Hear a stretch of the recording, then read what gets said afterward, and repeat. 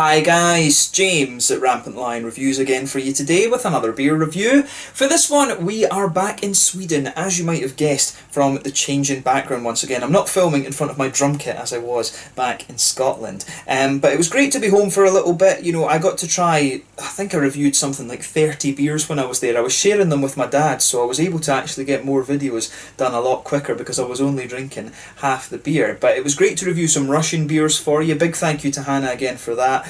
Some French beers were cool as well, and it was great to see how the Scottish and Irish beer scenes have evolved quite a bit. A big thank you to Paul, of course, for the Irish beer. So if you haven't seen those videos, I do recommend that you go back and have a little look at those. I really managed to review some very, very good Scottish and Irish beers this time. For this first review though, back in Skåne, we are going to review a Skånsk beer, and this is a brewery who I think have always been pretty good, but they've been getting a little bit more adventurous in recent times, I would say. So for this one, we are going to head up to Eslöv once again, and we're having a taste of another beer from the Remmarlöv Gårdsbryggeri, the Remmarlöv Farm Brewery, if you want to translate that into English. So this particular beer is called the Daisy. It comes in at 8% ABV, and it is a hazy double IPA, basically a New England's double IPA, this one, and it's got Idaho 7, Azaka, Equinox and Sabro hops in it, so a really nice selection there. And if this one is anywhere near as good as the Migla was, which was the last one I reviewed from these guys, I think this will be a pretty awesome beer. So this is a brewery, as I say, that you definitely want to keep an eye on, because they're pumping out some really quite good beers now, and they are getting a little bit more prolific in recent times as well. So yeah, as always with my reviews then, I'll tell you a little bit about the brewery before we taste the beer. If you want to get straight to the tasting, just fast forward. All the usual links are in the description below. That's the brewery website, the link to my other reviews that I've done from Remmarlöv Gårdsbryggeri before. No doubt I will add some more at some point in the fairly near future. There's all the usual social media. If you want to see more beer reviews, do please consider subscribing to the channel. The whole channel, of course, has a geography-based tagging system, so you can go into the homepage and search for beer based on country, city, state, county, prefecture, whatever it is you're interested in. Do check out the playlists of beers from different countries. There is one there for all the Swedish beers that I've reviewed for you. That's being constantly added to, and as always, please do get in touch and let me know some of the other beers and breweries that you guys would like to see me review. It's always great to hear from you guys that are watching the videos, and the support that you show the channel is hugely, hugely appreciated. So anyway, to tell you a little bit about Remmarlöv Gårdsbryggeri then. So as I've mentioned to you before, this brewery are based on a farm just outside of Eslöv, which is a bit kind of to the northeast of me here in Lund, but they've been brewing here since the winter, autumn of 2014, and in January 2015 they started selling their beers in Systembolaget, which, if you're watching outside of Sweden, is the state monopoly on alcohol here in Sweden. Anything above 3.5% has to be sold through Systembolaget. But the owner and founder of this company is Håkan Nilsson, and together with his wife Michelle, he started his plan for a brewery a couple of years back, around, I think it was around 2011, 2012 he started making this plan. But the brewery itself is located on his family farm, and Håkan is the 5th generation here in the countryside of Skåne. But the old barn was renovated and a brew house of 1500 litres was installed, and then Hampus Olofsson was hired as a brewer in August 2014, having previously worked for Malmö Brewing Company before that. And that again is another very good Skånsk craft brewer. I always complain about them though, because they don't can and bottle their beers. You have to go to their brew pub if you like, but that is definitely worth doing, I would say. But over the last few years they've been gradually expanding their capacity, and they now have a 3,000 litre brew kit, and they've invested in some new fermentation tanks in spring 2018, and apparently this takes their capacity up to a possible 800,000 litres of beer per year, which is pretty impressive, and that's probably the reason why they're getting a few more beers distributed nationally and things like that. In 2019 they also opened up their summer pub as well, which for the moment opens up every Wednesday. I think it might be shut now, but if I get the chance I'll make sure I go and have a look at that next summer. And of course I have met Hampus before at the Malmö Ale and Whiskey Festival, so I'll need to see if I can, you know, do a meet the brewer interview or something like that with him. He's a very, very nice guy actually. I met him, that must have been like 2016, 2015, 2016 that I met him. It was just when they were releasing the Sweet Hoof, their milk stout, because I tried it at the festival before I actually got to try it in the bottle for you here on the channel. But yeah, a very nice little brewery, this one. There's quite a few breweries here in Scandinavia now that are these sort of farmhouse breweries, and I guess this is the one that is most local to me. So yeah, make sure you check them out. Their beers are available nationally throughout Sweden now. I'm not sure if they export over to Denmark or even into Norway yet, but keep an eye out for this brewery and have a go at them if you get the chance. But yeah, that's all you really need to know about Remmarlöv Gårdsbryggeri just now. If you want to learn more, of course, you can check out the brewery website in the description below, and you can follow them on Facebook and Instagram and stuff like that. That will keep you up to date with all the latest goings on, and if you're interested in all the beers they've done, I would recommend you check the Untappd pages or the Rate Beer page as well. So yeah, beernews.se is also a very good resource, and that's where I get a lot of my information on these breweries that I tell you about. So yeah, let's get on and actually have a taste of the beer then. So like I mentioned at the start, this beer has Idaho 7, Azacca, Equinox and Sabro in it. So Azacca, you know, we know before that hop I think came out around sort of 2014, 2015. I had that first in I believe it was in one of the beers from Founders Brewing Company, so it gives you a really nice sort of tangerine and pineapple-y sort of quality. Equinox, as we know, originally known as Equinox, but that was the big line hop, the big sort of limey, cocktaily lime hop that you would get out of there. I think, if I remember rightly, it's kind of like Waiti from New Zealand. Waiti, I'm sure, is the New Zealand one that gives you lime.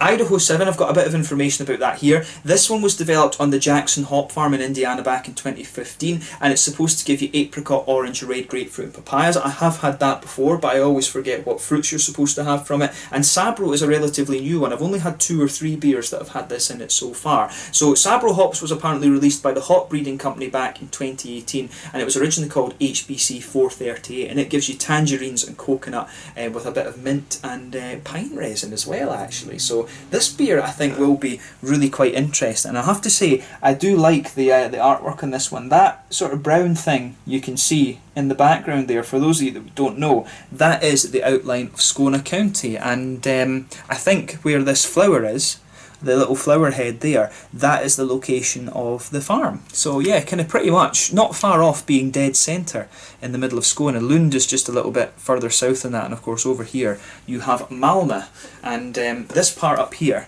I forget the name of it, it's gone right in my head, the Kullaberg, I think. This is a very, very nice part of Skåne that I would recommend that you visit too.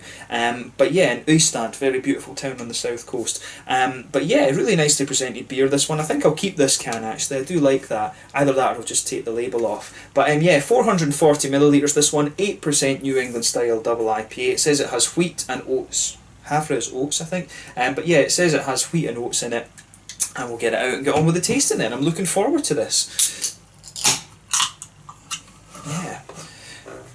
I remember the first beer that I had of this sort from Remmarlöv Gårdsbryggeri it was called Big Hyped Shiny Can or something along those lines, and that was a collaboration that they did with Hampus's old work, basically, Malmö Brewing Company. It was a beautiful beer, that, and ever since they've done that, you know, Remmarlöv have been putting out new beers like this one, so I always make a point of getting the new Remmarlöv beers, because it's obviously good to support your very local craft breweries, but you know, more widely I like supporting all of the Swedish breweries where I can. But yeah, as you can see with this beer, it's poured, the head on that's just disappeared, doesn't seem to have a head, but as you can see, this beer has poured. It's a lovely, quite bright yellow colour, this one, not really orangey at all, more of a bright yellow. It's not the haziest of hazy IPAs that I've come across before, but definitely has, you know, that bit of opacity to it that you would expect. As you can see, if I put my fingers behind the glass there, you can see this beer is pretty damn opaque, but if you put a bit of light through that, you will see it is not as hazy as some of the ones that you're going to come across. But in terms of it being a New England double IPA, there's nothing overly surprising about its appearance, this one, other than the fact that the head just doesn't seem to have come out, but there's 1 or 2 big bubbles sticking towards the side of the glass and a few little ones just heading up to where that head should be there. So yeah, kind of interesting. So let's take a look at the aroma then and just see how we get on with this one. Oh yeah, straight away from this one you're getting a hell of a lot of tangerine oranges, and if you've watched the channel before, you will know that I absolutely love the IPAs that lean towards the orangey side of things. One of my favourite beers when I came to Sweden originally was the Amarillo by Gårdsbryggeri. It took me ages to actually review that for you on the channel, But that was one of my favourite ones that I used to get for, you know, going out with friends and things like that, because I just loved the orangey IPAs. So, you know, when it comes to like Mosaic, Amarillo, Pacifica, what else have you got? Mandarina Bavaria and things like that. I need to remember that Sabro and Idaho 7 both give you nice orangey notes as well. But you know, I love the IPAs that really lean towards the orangey side of things. I mean, straight away with this one, the orangey notes really come across as quite oily. So I would have thought, if I was smelling this blind, I might have thought that there was Amarillo in here. And obviously, I would be doing this thing that I often do in the reviews of, you know, playing guess the hops if it didn't tell you on the can what was actually in the beer. But yeah, straight away, big juicy oranges in there, and they kind of cover up a lot of the, I think, a lot of the other stuff that's going on. They really take the kind of front foot on the aroma. In fairness though, you can pick out a little bit of a limey quality. If you take the aroma in like really deeply, you can pick out at the front of the nose a little bit of the limey qualities in there.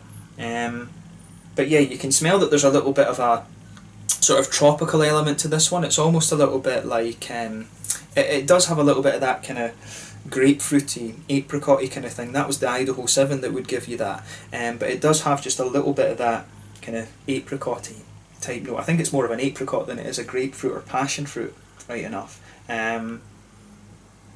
But yeah, in terms of the green side of the hops, to me, it comes across as being quite grassy. It really leans more towards the grassy side of things. It doesn't have, you know, saying that the Sabro was supposed to give you a little bit of a kind of pine resin and minty quality. You do get a little touch of that minty note in there, but you don't get too much of a resinous note. For me, the green side of the hops really leans towards the grassy side of things. You can smell that this beer is quite boozy, and we'll talk about the malty side of it in a minute.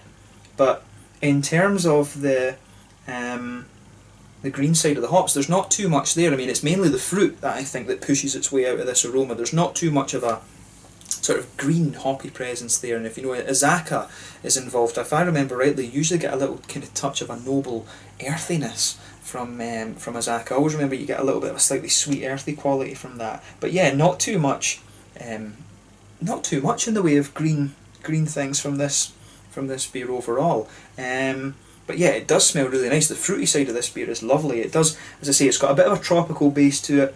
Lots of oranges and tangerines in there. It smells like a whole mishmash of things, and you can pick up some of those lovely limey qualities as well. But yeah, so in terms of the malt base, then, I mean, you can smell some nice big sort of wheaty notes in there. You can smell that there is a bit of an oaty quality, but to me it's like a big white bready wheat kind of thing that comes out of this one. I do suspect there's a little bit of a, you know, I think there's a little bit of caramel or something in here, because it does have a bit of a kind of sweeter, biscuity presence to it as well. Exactly what malt it would be that's in here, I couldn't say. But I mean, overall, it's the aroma of this beer comes across very, very nicely. It smells like a big oily New England IPA one. It does smell a little bit boozy, but yeah, it's not the most pronounced of aromas, I would say, compared to some of the other ones, but it does come across really pretty nicely in my mind. So yeah, let's have a taste of this one then and see how we go on. I forgot to turn the brewery notes off, but yeah, we can get on with this one and have a taste of it and just see how we go. So this one is the Daisy, the latest in the New England IPA releases from Remmarlöv Gårdsbryggeri in just outside of Eslöv here in Skåne in the south of Sweden. Let's get stuck in. Slange, skål!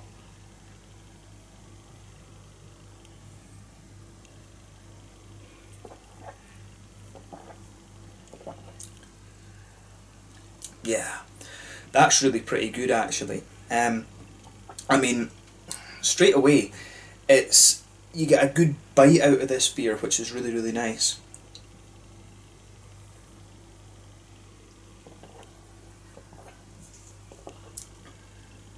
Yeah, I mean, you can tell with this beer, as soon as you try it, you'll notice this one is definitely one of the it is quite a boozy double IPA, this one. I really like that about it.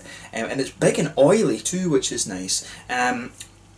It's got a slightly different, I mean, it has everything you would kind of expect from a New England IPA, but it's not quite as thick in its mouthfeel, if you like. It does lean more towards that oily side of things rather than being kind of quite, how do you say, sort of thick and creamy, if that makes sense. So yeah, an interesting approach from them on this one.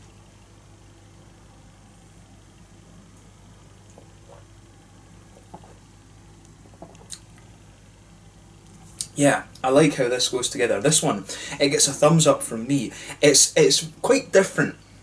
You know, if you're thinking you're going to get, you know, like a Stigbergets or something like that out of this beer, it's not like that. It really is more of an oily double IPA. I think in terms of, if you want a sort of standard, more standard New England IPA, go for the Migla over this one. I don't know if that was I can't remember if that was a limited edition beer or what, but the Migla was a little bit more creamy than this one. But this is good how it goes together. I really like this. So thumbs up to, you know, big up to Hampus for this beer again.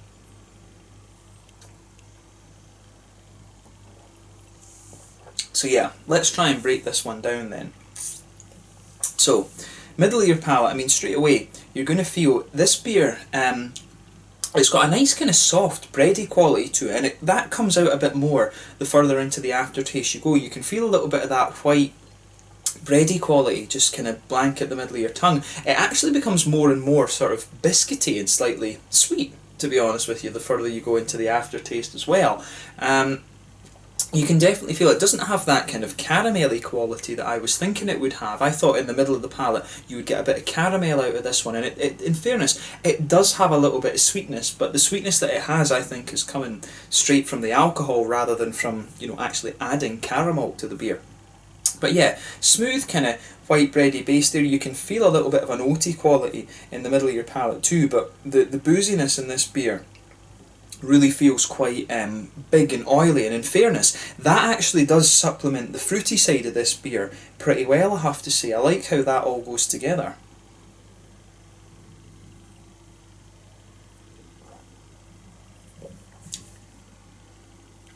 Yeah, and what I would say is, this is one of these beers, I think the more that you drink of this, the more it sort of the more your palate kind of opens up a little bit. You really, the limey qualities, you've seen I've maybe drank probably about a third of the can at the moment, but the sort of limey qualities that this beer has really come out more and more the further you go into the aftertaste with this one. The lime comes out really quite nicely, but other than that, it's got some lovely, the way the orange in there comes out is beautiful as well. But yeah, the malt base is fairly straightforward in this one. So on the green side of the hops then, and like I said, there wasn't too much of a green hoppy presence to this beer. In the back corners of the palate, you do get a little touch of, there is a little touch of a slight, like almost noble type earthiness to the beer. You will pick that up there. And as you come further forward along the sides of the tongue, it's maybe a little bit herbal, and then as you get to the front corners of the palate, there is a bit of a balance there between a slightly floral kind of spicy note. If I remember rightly, you can get quite a good bit of floral quality out of the Equinaut, but the Sabro, like I say, is supposed to give you this kind of minty freshness to that, and it's strange because you do get a little bit of that on the side of your palate, but around the front curve of the tongue, it feels really quite fresh there. So it's just interesting how that whole kind of thing comes out as well. The Sabro is supposed to give you a little bit of a kind of coconutty quality as well.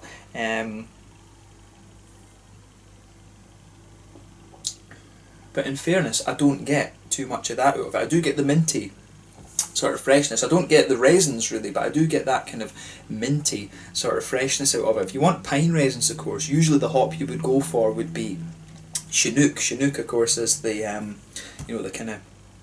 the Chinook hop is the big, grapefruity resinous beast that you would always want. It's a very, very good bittering hop, that. So I really like how that how the sort of green side of the hops in this one come out. You've got a nice grassy quality around the front curve of this palate, but it's got that kind of minty freshness to it. Then you've got a bit of a spicy floral quality on the corners with some of that mintiness spreading around there too. Bit herbal on the back sides, and then a touch earthy in the back corners of the palate too. But I mean, overall, this is a really, really nice double IPA, this one. So it's good. I mean, try it for yourself. It really feels quite oily, but also quite fresh at the same time. On the fruity side of things then, as I say, the fruity esters always come out in that little oily bubble you get from behind the front curve of the tongue. And it's really interesting, the transitions that this beer makes. If you go to the very back of the front part of your palate, you've got a nice sort of grapefruity quality in there. And as you move forward from that, it's kind of... got a fly flying around again. These things are annoying.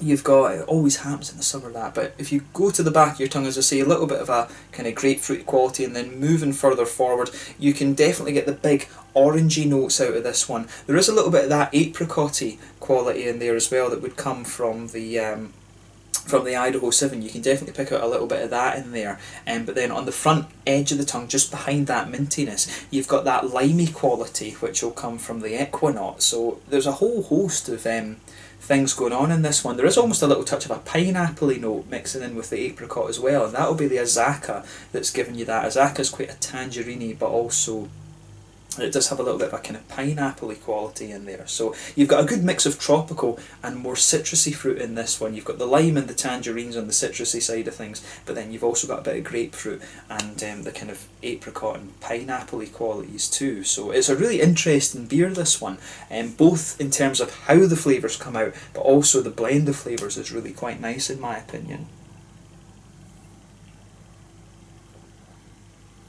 But yeah, I wouldn't hesitate to drink that again. As I was saying earlier, the big sort of thing about this beer that makes it a bit different is the mouthfeel. If we're talking about this, as a hazy double IPA, you would expect it to be kind of creamy. This beer for me isn't really creamy, it's more big and oily, but in fairness, I really think that suits the way that it really suits the fruity characters. And I mean, if you're putting 4 hops in a New England IPA, I think most breweries will do 2, maybe 3. Or you've got a bittering hop and then 2 aroma hops usually.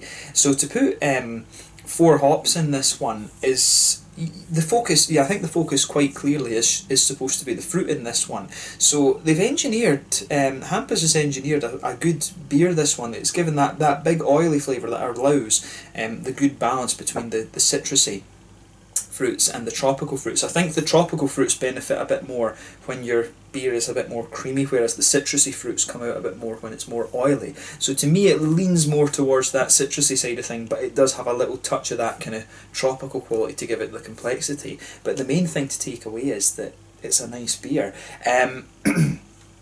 I would say that this beer overall, I'd say that it's probably at the top end of mid-bodied, bottom end of full-bodied. Like I say, one of the more oily New England IPAs. Carbonation is very smooth, big oily mouthfeel, not really a lot of creaminess to this one.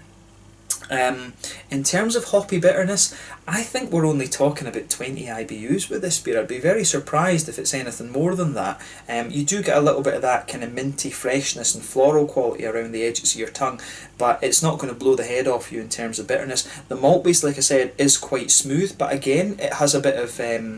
it's not creamy as you would normally expect from a New England IPA. It is more of a big kind of oily quality that comes out of this one, but I mean overall it's just very, very good. So about 25 IBUs, big kind of oily malt base, and a lovely big oily juicy fruitiness out of this beer. So as I say, the whole mouthfeel really leans towards that oily side of things, but you do have that little bit of minty freshness there, and the longer you let this beer sit and you take in the aftertaste, the more you're going to notice that as well. But overall it's a very, very interesting beer, this one. Pardon me.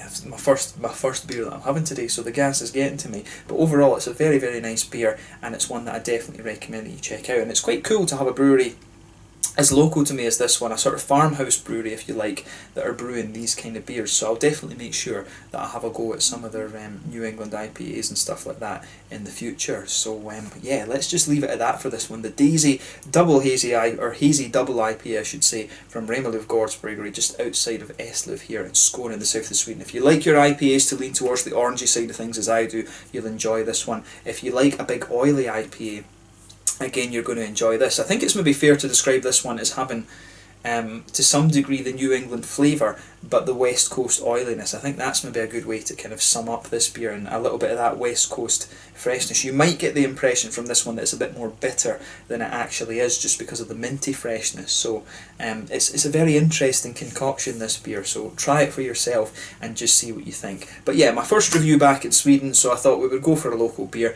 and I have enjoyed this one, so thumbs up to Hampus and the guys at Remmarlöv Gårdsbryggeri. So yeah, let's leave it at that. Once again, thank you for watching my beer reviews. Until the next time, please like, subscribe, share, all the usual YouTube stuff. Let me know your own thoughts on this beer in the comment section below. Let me know what your favourite beers are from Remmarlöv Gårdsbryggeri. I'm sure I'll review more from these guys at some point in the near future because they are getting more prolific. But thank you again for watching. I'll catch you guys very soon. Make sure you check out my social media, and yeah, make sure you try some of these Remmarlöv Gårdsbryggeri beers as well. Until the next time, Slàinte just now, and I'll catch you guys later. Slàinte, skål, cheers.